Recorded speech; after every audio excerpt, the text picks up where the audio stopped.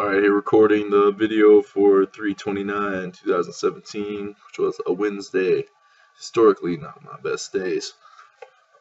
So talking about the SPY, which is the ETF for the S&P 500, in a longer term uptrend is demonstrated by higher highs, higher lows, pulling back to the 50-day moving average and closing higher after that. So the intermediate picture is that we had gapped up to all-time highs, have been downtrending ever since, gone through prior support levels to the other side of Keltner, but bounced off that 50-day moving average we were talking about, and now back within that prior support range. So intermediate picture, murky at best, but this could be a correction just to maintain a longer-term uptrend.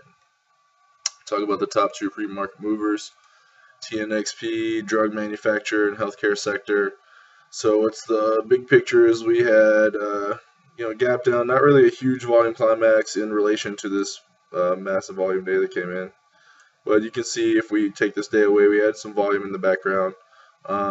Still a couple million shares and had been going sideways for a few months. Had a reverse split here, 1 for 10 in the background. So keeping that in mind. So this was the number one pre-market mover, and I had this level marked here is kind of like prior overhead, like little swing intermediate high. So coming into the pre-market levels. So this is very obvious from the pre-market. Pre-market's gone. So it was very obvious from the pre-market because we had higher highs and higher lows that were consistently being made in pre-market. So we went all the way from 450 to $9, and this was that prior swing resistance. This is the top of that. This was just the top of the opening range.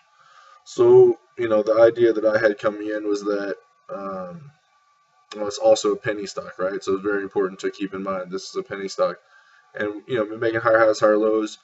So I said, okay, if we can spend some time up here, it might be constructive for this, for this uptrend to maintain because we're coming off a longer term base. So it definitely contributes to, potential wide range day to the upside. But what was very obvious, not so obvious on the 4-minute chart, and I'll go show you that, but this was clearly a change of character on the pre-market chart because of kind of how far we had come before, and so change of character.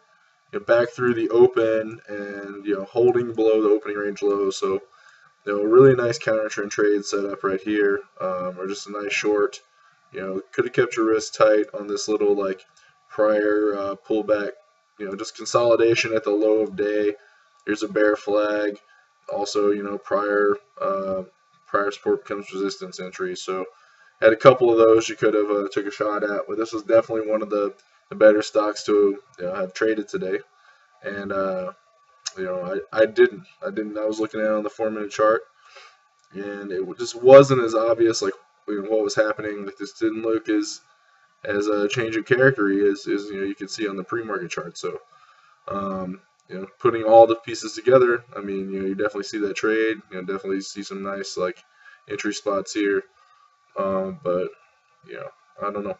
It was over here after the fact, and I was already too scared because we had come down so much, coming back into that base on the bigger picture. So I just passed. But seeing this earlier in the day, it definitely would have been a good short. So the other in play stock, CBio. So biotechs, obviously hot in play sector. Former runner, it's kind of been popped up a few times, but definitely in a downtrend longer term. Had a reverse split in the background here and a high volume day on the 15th of December. Coming into the 3-month chart. Why was this on my radar even before today? This was on the radar because I had this huge volume blast day the prior day. And so this was one of the top movers as well as high on the volume buzz. I found this on the FinViz scan. So I had this on the watch list already. And then we're one of the top pre-market movers coming into today. So I don't know why the pre-market's here for this, but not for TNXP. So that's kind of frustrating. Anyway, so you're coming into the fact that this is a penny stock as well. So we come from $5 to trade around 20. So open up in pre-market, we're starting to kind of close weekly, testing up to maybe the prior day's high. We get an obvious head and shoulders pattern, setting up, change the character through that what we call the neckline, and then there's your pullback right there. So you could have been shorting off the open, just shorting any of these pops, like prior support becomes resistance, just shorten the pop, shorten the pop, shorten the pops, like pretty much all the way to the end of day. So it's a good setup, and obviously this long consolidation, so like that's really nice. You could have just been shorting anywhere in this long consolidation. Keep your stop close or even a little further away, and just holding for the spill for the rest of the day. So this is a really excellent stock to trade, but I didn't trade it. It was on my radar, but I was not focused today, and we'll get into that later. So stocks I traded: RH, Restoration Hardware, Specialty Retail, in the consumer cyclical sector. Big picture is not really a trend on the big picture. It's kind of like going trending up, trending down, so sideways on the big picture. But recently, we come from about $24 in an uptrend, on the 3-month chart. Been uptrending recently, as demonstrated by higher highs and higher lows. And then we gapped up, and what I noticed is we gapped up into this kind of prior resistance area. So using the principle of we've zoomed to the level. It has been over about a month, and since like mid-February, so about a month. Since we've come from that $24, but it's almost like 50% increase, gapped up into a prior resistance level. So the idea was, maybe potential, at least intermediate exhaustion gap. I'll drag the pre-market. Love it when it freezes up. So what I saw wasn't in pre-market. We've been going sideways. Just kind of like forming this range. So it's just like really looking for a breakout of the range either way. I had this really weird bar, but basically opened up, had to change the character, so this looked like a bear flag. And I wasn't in this for a long term short. This was just like a quick counter trend trade.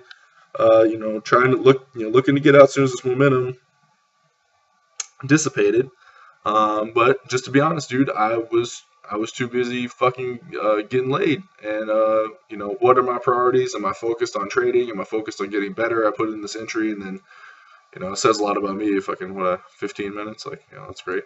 20 minutes, but yeah. So wasn't focused, and it's like how committed am I to getting better? Clearly, I'd rather do other shit than improve. So I deserve to have a break-even trade on a winning trade. I deserve to fucking miss C-Bio. I deserve to miss TNXP because I'm not fucking working hard enough, and it is lip service because if I wanted to work hard, I would tell that bitch to go home, but I didn't. So I don't know, man. Anyway, continuing on about other trades I made today. So today was a slightly losing day. I think I had this preconceived idea about Momo, talking about what I thought I was seeing. So the bigger picture of Momo, where it's the internet content, tech sector. So have been making higher highs, higher lows in Momo recently at all-time highs. Gapped up to all-time highs recently on high volume. Kind of getting choppy here at the all-time high level. Just trading below, haven't really traded above. Kind of see some wide range stays up, wide range stays down. So just really sideways here near the all-time high level. So my idea was that this kind of looked like a head and shoulders. I know I've referenced head and shoulders twice now, but we just had this intermediate lower high with the highest high and the potential intermediate lower high. So just my thoughts anyway. So we opened up here.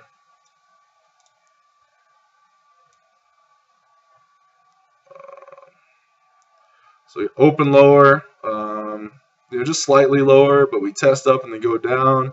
as soon as we came back up and you made this lower high, I saw that we were making lower highs intraday, also higher lows, so we would classify that as a wedge pattern. So which wedges usually set up breakouts, and I was looking for a move, short from the to the other end of that channel.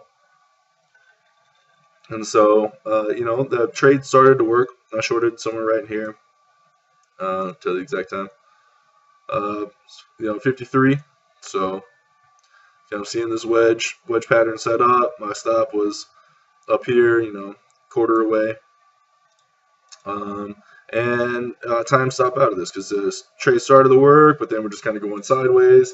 It's kind of chopping around this, kind of level we saw. If you look back on like the 15-minute chart, there's a level there. So, just what should have happened. You got a couple tests down, but no follow through. So that's one of my signals to exit. So I got out for a break-even trade. So last one,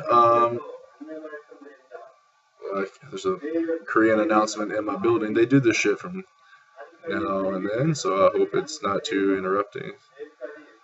So try to just wait for them to finish because it's hard for me to talk over them. I apologize for this. This is completely out of my control.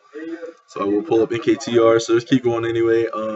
Long, big picture NKTR. It's been going sideways really. Really no longer term trend. Just kind of like, up and then we're down. Kind of like maybe a few months base here. Volumes in the background. And then we have this gap up day on this huge volume. So this is a biotech as well. KTR, healthcare and biotechs, man, there's like been in play. So biotechs have been hot stocks and definitely can run. Would not necessarily classify this as a penny stock. I mean, this we're above like $10. So I think anywhere above $10. Stopped calling it penny stocks really. So anyway, we had this intermediately had this blast on volume consolidation over time. Now we're breaking out to all-time highs. So my setup was that we were to take out the 2405 price, or that we are holding higher at all-time highs. The trigger would be 2405 would be taken out that we're looking for long. So we got his test up right off the open. Right through the prior day's high. It's kind of going sideways and then make a higher low. So we got a higher low. So intraday trend change, higher high, higher low. This was a spot I was looking for to enter once again. Not prepared for one because I didn't have an alert. I said that was my trigger. Didn't have an alert, so was never alerted to NKTR because, I'm a piece of shit and I'm not prepared. So I wasn't, I deserve to not have a good entry when I don't prepare well enough. And so, I saw NKTR right in here. Like after the prior resistance becomes support entry that I was really looking for. And of course, where do I buy? I chase it, somewhere in here. I think right in there is where I bought. Well, my stop way down here. So, did I get out for like a small winner? Sure. But, is this a better trade if I enter here? Yeah. Is this the best setup I could have been trading today? No. So, so 3 mediocre trades at best. Maybe could have had a winning day, but the point was I wasn't trading the best stocks that were out there to be traded today. Number one. Number two, there were other good trades, such as Amazon. Amazon was definitely one. So it's the big picture. Amazon is a consumer cyclical sector. Amazon sells you pretty much whatever the fuck you want in your life. So long-term uptrend as demonstrated by higher highs, higher lows. Recently consolidating by time at the all-time high. Intermediately, tried to break out a couple times, but we're still going just kind of sideways in a range near the all-time high. So basically the setup is if we trigger the all-time high, which would be 862.80, so 862.81 would be the trigger. The setup is consolidating by time underneath the all-time high in a long-term uptrend. So we get that coming on the 1 minute chart. We open up, that's okay because we test up, kind of higher low, breakout on volume. So now we got higher highs and higher lows intraday. First pullback, first flag at all-time highs. I mean, it doesn't get sweeter than that. And then so you risk like a buck, risk a buck in Amazon for a 12-to-1. So, and this is a trend trade that you're holding for the end of the day, like the kind of trades I say I want to make, but I never do. So, beyond me there. But yeah, this is definitely one good trade, and should have been easily alerted to it. There was no rush. It breaks out, it pulls back, like this should be just a layup, but not working hard enough. I didn't have this alert set in Amazon, so I could justify it saying yes, $860 stock, but I should be on top of shit. I should be on top of the Apple trade the other day. I should be on top of the shit, and there's no excuse for that. And so you're gonna let me have it too. I deserve it. So my coach deserves to fucking chew my ass out when I don't do well. So, that was about it for the movers, the really good movers from today. And I'll get in more of about my trades on the weekend when I do my weekend recap. So one more video, so 2 more for today and tomorrow, and then I guess I can throw my weekend recap on Friday's video. So anyway, Wednesday is not a good day. I'm wondering if it's becoming a self-fulfilling prophecy. So I just, were there stocks to trade today? Absolutely. Could I have made money today? Absolutely. But I didn't. So, all right, do better today.